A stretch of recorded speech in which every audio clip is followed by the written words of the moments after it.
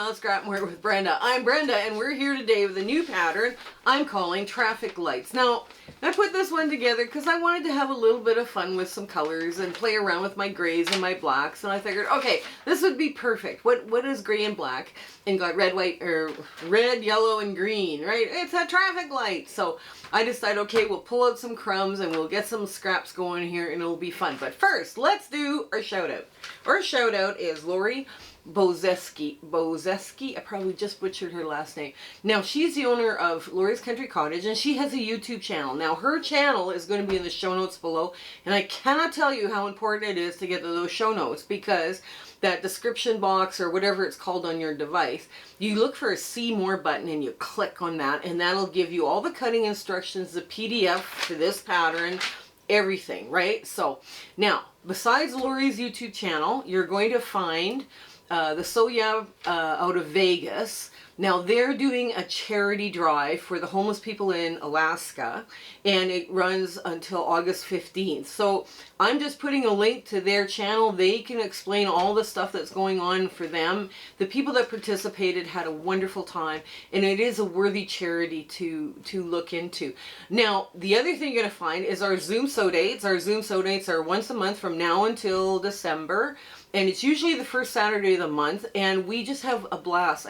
It starts at 9 a.m. to 5 p.m. We have a great time, and I get a lot done that day because I'm sitting at my sewing machine talking with everybody here that comes onto our Zoom date. And if you don't feel like sewing that day and you want to bring your cross stitch or knitting, go for it. We're just coming to hang out and have fun.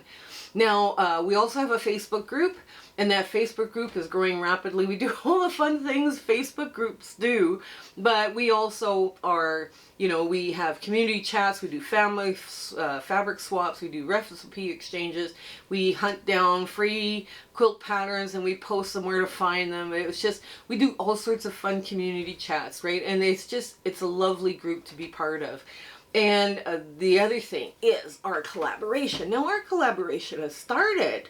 Now, there's going to be a schedule below for the collaboration as to who's releasing which. So there's Future Cat from New Zealand, Kelly from Kelly's Quilts and Cruises, and Michelle from Bits and Pieces Quilting. Now, all of us, all four of us, have worked really hard on that collaboration. Those blocks are beautiful, so don't miss out. And that list will tell you when they're releasing their blocks or their portion of the blocks. It was a lot of fun to work with those people. It was just great. Lastly, I speak for free. I speak for free to quilt guilds and quilting groups. So if you're looking for a speaker that talks about using your fabric scraps, elements of design, and donating charity quilts, please think of me and put me forward to your group or guild. Okay, so come on in. We got some fun sewing here to do today. Okay, we're at the sewing machine. Now, I've already marked my paper here with my ruler, and you can see, I'm hoping you can see this. I'm trying to get it so they can see the little dots on the other side. And that helps you line up your fabric, right? So I've already done that with my tracing wheel. And that tracing wheels are just a godsend to foundation paper piecing. Now, another thing that's really handy with foundation paper piecing, but you don't need it, is an add a quarter ruler. Whether you buy this one or the longer one, these are really nice to have, but they're not essential, because you could do foundation paper piecing with just a ruler, like a regular everyday ruler, right? So, you know, this is my kind of my thing that I like to do. So let's get started. So I've got yellow and red. So I want to line these yellows and reds up the best I can. And we're just lining them. I just rough cut this stuff, right? So it's not really a big thing for me. So I want to put the yellow down, and I want it to be a 1/4 inch above and below, and it's oversized, so it's the right size here. Okay, so I'm just going to hold this and get this under my sewing machine. The needle of my sewing machine. Yeah, this, I don't know, I was playing around with this idea and I thought, oh, wouldn't it be fun to just make traffic lights? You know, have a fun little quilt just out of traffic lights and little cars. And I thought, okay, we can do this. This is a 7.5 inch, oh, a 7 inch 7-inch finished block. Now I hold it here and let the stitches go up and down a bit, and then I do the other side of it. Okay. Oops. There. And I don't have a leader ender, so I'm just going to run this under. And most of this stuff, I pick all of the stuff that I'm working with right now. See, now we've made a mistake. I'm going to take my stitch ripper and take this opportunity to show you how to do this. Now, I'm probably the only person alive that wants to show people how to fix a mistake, but this is the way to do it. You start from the cloth side. Never pick from the paper side. The paper's far too fragile. So you pick, now either, because I've shortened my stitch length, this becomes problematic, right? So you kind of have to like just gently get in there and just rip open every 3rd or 5th stitch, and it should work. Now when you're on this side, you are working with the bobbin thread, or the thread that's coming out of your bobbin. So if you can manage to pull this, it will come apart easily. Sometimes you get the bobbin and it just pops right off. So let's get this just like so. And here we go. I'm just going to take this off just like that and pull it apart. And all those stitches now come out, and it looks okay. It looks fine. You know, there's not a big, so let's start this again. Now I didn't do that on purpose, but I mean, it's good that it happened. You guys need to see how to fix stuff. Otherwise you get frustrated because you don't know how to fix stuff when you make a mistake, right? And this is just sewing. This is just going through, okay, this is what we're sewing today, and we're going to make it happen, and hopefully it will work for us. So, now, you get this under again, and you put your foot down. Now, I'm going to check, because I don't want to rip this again. 1, 2, 3, 4, and let it go. Now, I've got my stitch and hold it again. So it just makes a quick little knot and get my plug off. There. Now if I was doing lots of these, let's say I was making an entire quilt out of, you know, stop signs or traffic lights. You could do this with stop signs too. That would be fun. You know, intermix them with stop signs and yield signs, and it would be a cute quilt. So now I'm just going to finger press this out of the way. So there's my red, and now I'm going to put my green in. But first, before I put the green in, I'm just going to move this out of the way. I'm going to trim my yellow where I need it to go, because the yellow is a little bit bigger. And what happens is when you trim this, you take your time to trim it, it's easier to line up your next color. Right? So that's why people do a lot of trimming and all this stuff. Now this one is big enough, right? It's going to land on either side. So let's get this under. Oh, yeah. Maybe I should do this with a stop sign and a yield sign and all this stuff. Show you guys how to play around with these blocks. I think that would be fun. Oh, you know, fun for a little kid. I have all these different little signs, traffic signs on his quilt. There we go. Yeah, we'll just move that out of the way. So now we got all the traffic light part on. Okay, so now we want to trim the other, what houses the lights. So now I have, basically what I do is I kind of rough cut these to make this work, right?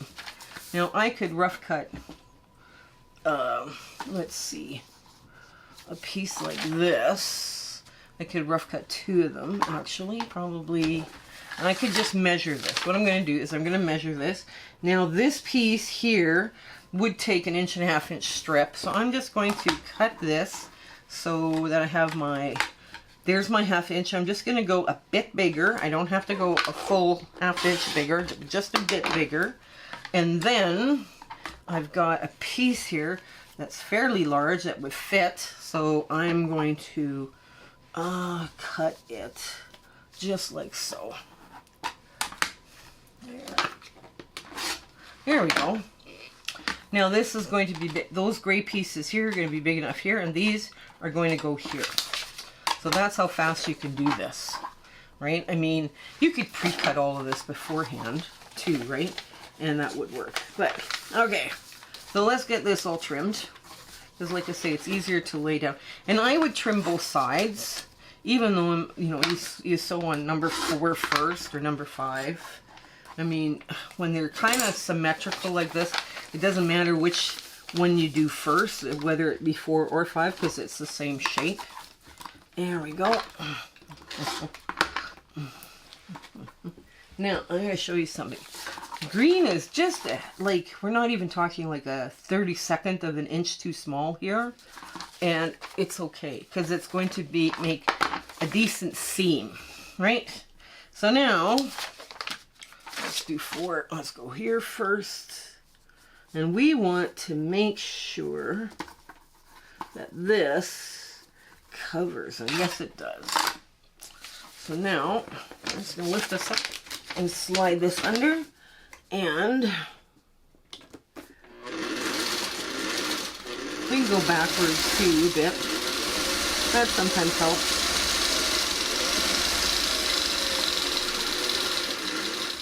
There.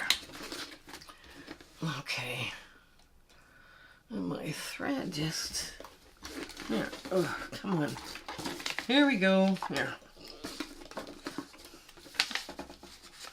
There.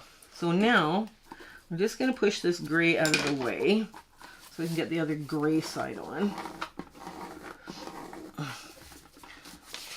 There. And we're going to kind of center it a little bit the best we can. Okay, and slide it under. There. I'm holding it, and then I let it sew. And then I fold it again so that my needle creates a bit of a knot. That's really helpful when you're doing a lot of these. Is that you've got a little knot. Yes, it's a pain to take out, but it works. It does work. Okay, there we go. So now I'm moving this gray. And for some reason, this didn't sew. Well, we'll get that. We'll re-sew this. This section here did not sew. No, we still have bobbin thread. So, no, let's just re-sew it. Sometimes that happens too.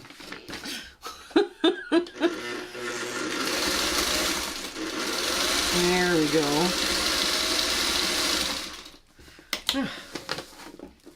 There, now it's sewn. I also did a little back stitch, and I sewed it so that it would fold. See, I'm so glad I could show you that sometimes you just need to make this happen. There we go. And we'll just put that back down, and we'll run it under again. Yes. And this is where people get frustrated. Don't get frustrated. Don't get into that, oh my god, I'll never be able to do this. Everybody has bad days doing foundation paper piecing. Everybody. You know, so it's not just you. So I know it's hard when you're learning, you want to try it and you want to do really well right away, and sometimes you can't. Well, this is one of those projects.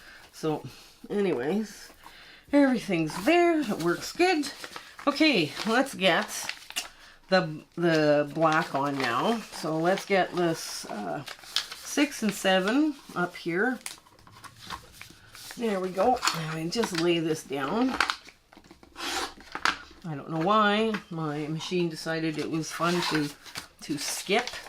Now I have a choice. I can do just one side at a time, or I can do all of them. And since it's already on the board, the cutting board, I do all of them. I just move them out so I can get all of the next pieces on, and I don't worry about it.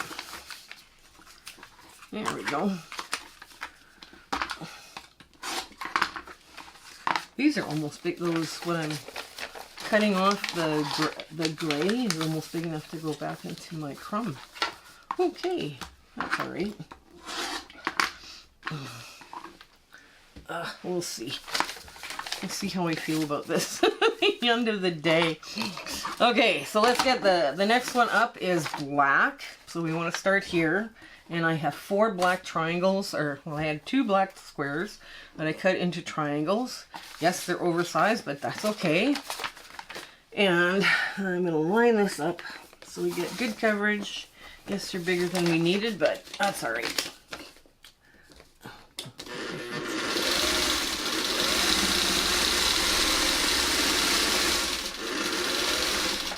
There.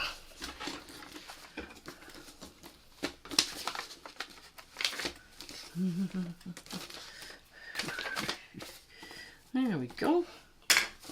Just move that out of the way. Now, most people, they would have an ironing table here beside them, right? They'd make themselves into a little nest of sewing activity, and they would do you know, they would because the rhythm here is sew, trim, press, or sew, press, trim, right? So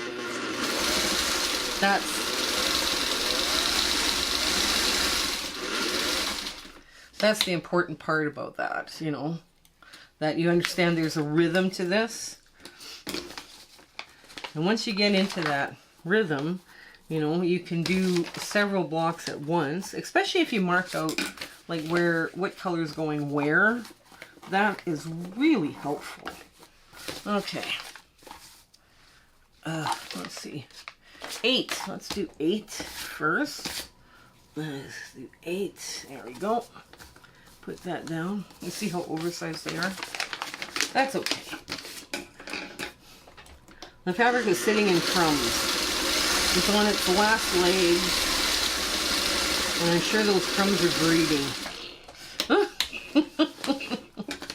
I'm positive of it now. And the more sewing I do, and using crumbs, the more crumbs I create. So somewhere, yeah, I just got to get in there and just start beating them down, I guess, and making things happen. Okay, let's get this one under here, just like so. There.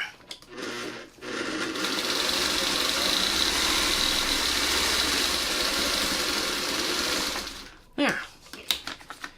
Okay. Now,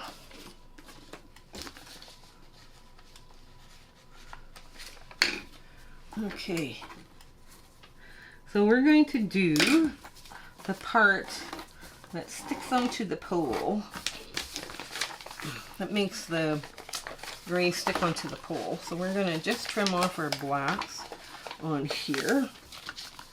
And this is where we get rid of all the longest pieces. Now, my add a quarter ruler isn't quite long enough for this, but I'm going to give it a whirl.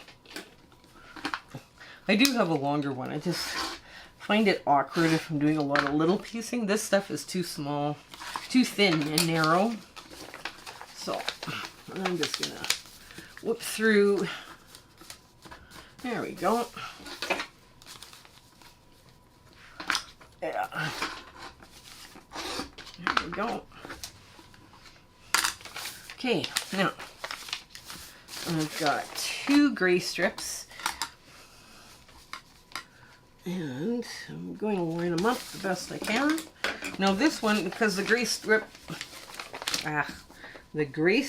sticks out over both edges, I just hold it in place and run it down like a regular seam, but from the paper side.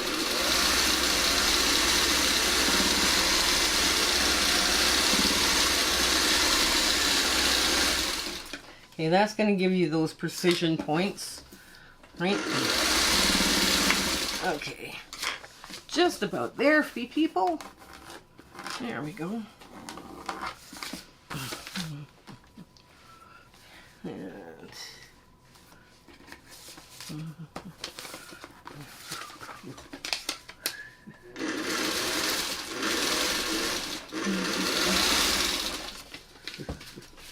Oh, please tell me it didn't.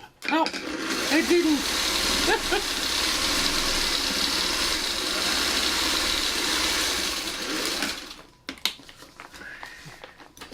There we go. So now we're trimming to put the outer corners on. Okay. There. Oh, looks not too bad. There. Well, there's another one.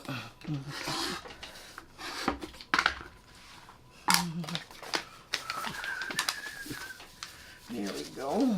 Now, I hold down those corners that I just sewed, where I sewed the gray. I just hold them down so I can get a good trim for the black.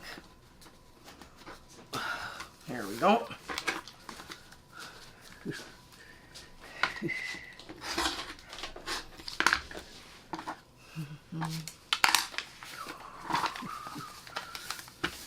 Okay.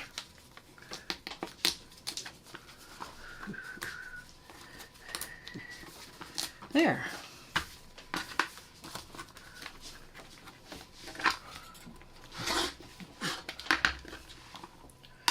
Okay, now the background.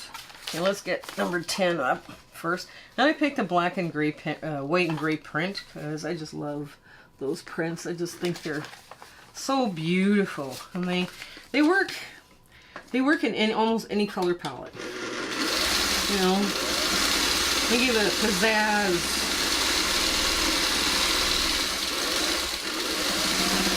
Okay. There, I get that out of the way. Push it that way. Okay, get this one.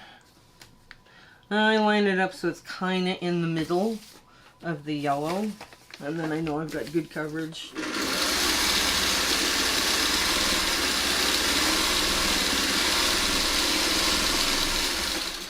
And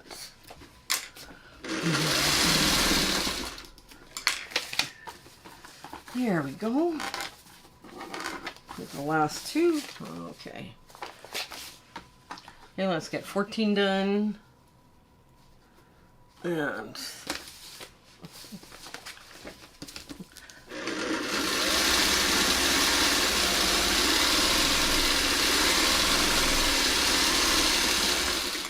okay.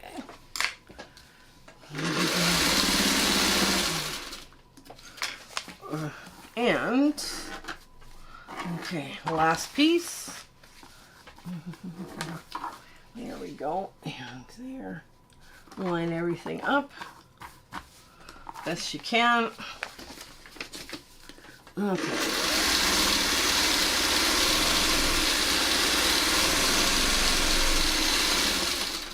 There. Okay.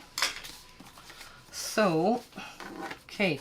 Now, what I do, I make a point of doing, is I turn my work over and I do a stay stitch around in the seam allowance. So these lines here that go all the way around, I'm stitching in between these two lines, right here. So, and I make sure that happens, because then I know my block is not going to distort and stretch. There, and give it a turn.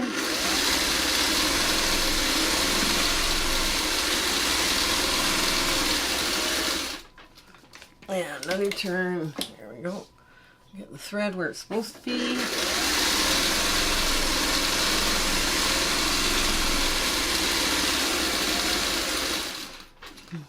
And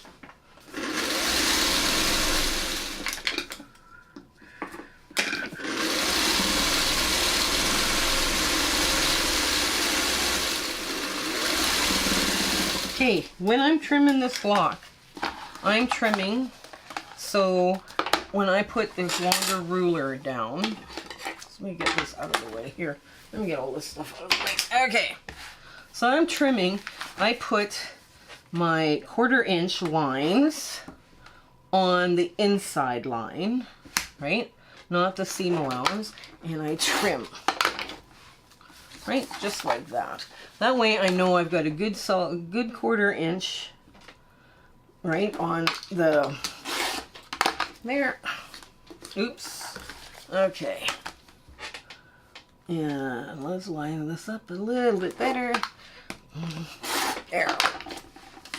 And last one. Now I'm going to give it a good press. Good press, and we'll get to our ta-da moment.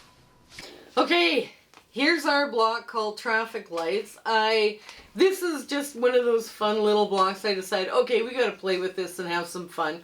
But I thought, okay, we need to put some pops of color in, and then go more to a more neutral palette, and then add some, you know, kind of a, you know, cool, like a low volume, but with a black and white print. It always has some fun, right? So I think we might play with this one, come up with some other traffic related things, but I thought this was so cute.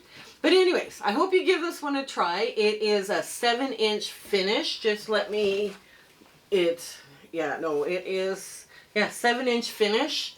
And it's 7.5 unfinished. So this would be a cute little block for someone if they're quilts and if they're interested in traffic and all the rest of the stuff. So I do hope you give it a try, and I hope you have an absolutely amazing week ahead, and that you stay well and have some fun, okay? Take care until we see each other again. Bye! Hello again. We just want to thank you for enjoying our video and, you know, coming along with my husband and my YouTube adventure and quilting. And, you know, sometimes things don't work out as best they should, and sometimes they work out great. We're going, wow, that went well. But it's been an amazing journey, and I'm so glad I could share it with you. Share, like, and subscribe these videos. That really helps us out, and it helps us make more charity quilts, okay? So you guys take care until we have a chance to meet again, okay? Bye!